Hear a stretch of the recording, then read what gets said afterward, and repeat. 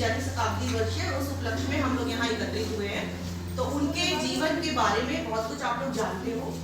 वो एक न्यायप्रिय महिला शासिका थी और बहुत वीर थी। अंग्रेजों से उन्होंने अपने राज्य की रक्षा की और अंत में लड़ते लड़ते वो शहीद हो गए। तो उनके बारे में, एक जीवन के बारे में एक प्रेरक प्रसंग है जो मैं आपको सुनाना चाहती हूँ।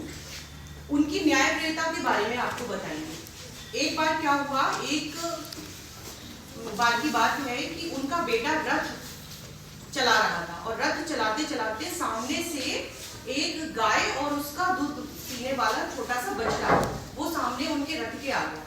तो गाय तो किसी तरह बच गई, लेकिन बछड़े के ऊपर से पहिया उनका निकल गया रथ का और वो बछड़ा वहीं पे मर गया।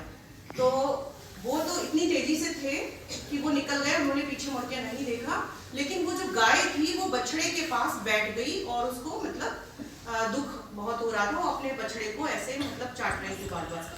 तो पीछे से अहिल्याबाई होलकर जी का रथ निकला। जब उन्होंने देखा तो वो एकदम से रुक गई कि गाय इस तरीके से अपने बछड़े की रक्षा।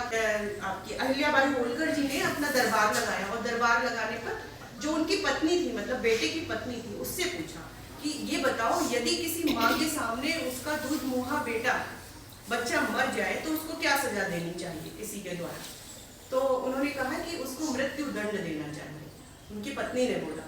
तो फिर उन्होंने, अहिल्याबाई होलकर जी ने अपने बेटे को मृत्यु दंड सुना दिया कि आपको भी इसी तरीके से मारा जाए जैसे कि आपने गाय के बछड़े की हत्या की। उनको ले जाए, उसी स्थान पर ले जाया गया, हाथ पैर बांध दिए गए और उनको, अपने बेटे को उन्होंने उसी स्थान पर डाल दिया।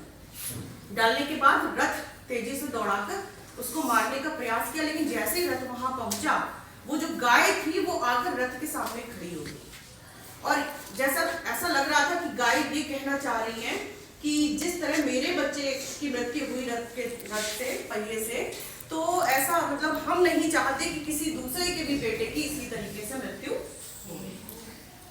तो आप समझिए, उस गाय ने उनके बेटे की से पूरी कर्तव्य निष्ठा के साथ करो तो आपकी रक्षा अपने आप हो जाएगी। आप देखिए, अगर वो दंड नहीं देती तो आज हम उनको याद नहीं कर रहे होते कि भाई उन्होंने तो पार्शियलिटी कर ली, गाय का बछड़ा मर गया और आज उन्होंने जब उनके बेटे से मरा तो उसको कोई दंड नहीं दिया, ऐसा होता ना। लेकिन उन्होंने जब कहा कि नहीं, मैं एक रानी हूँ और मेरा ये कर्तव्य है कि मेरे प्रजा के साथ न्याय हो, तो उन्होंने, देखिए, उनके बेटे की भी रक्षा ईश्वर ने कर।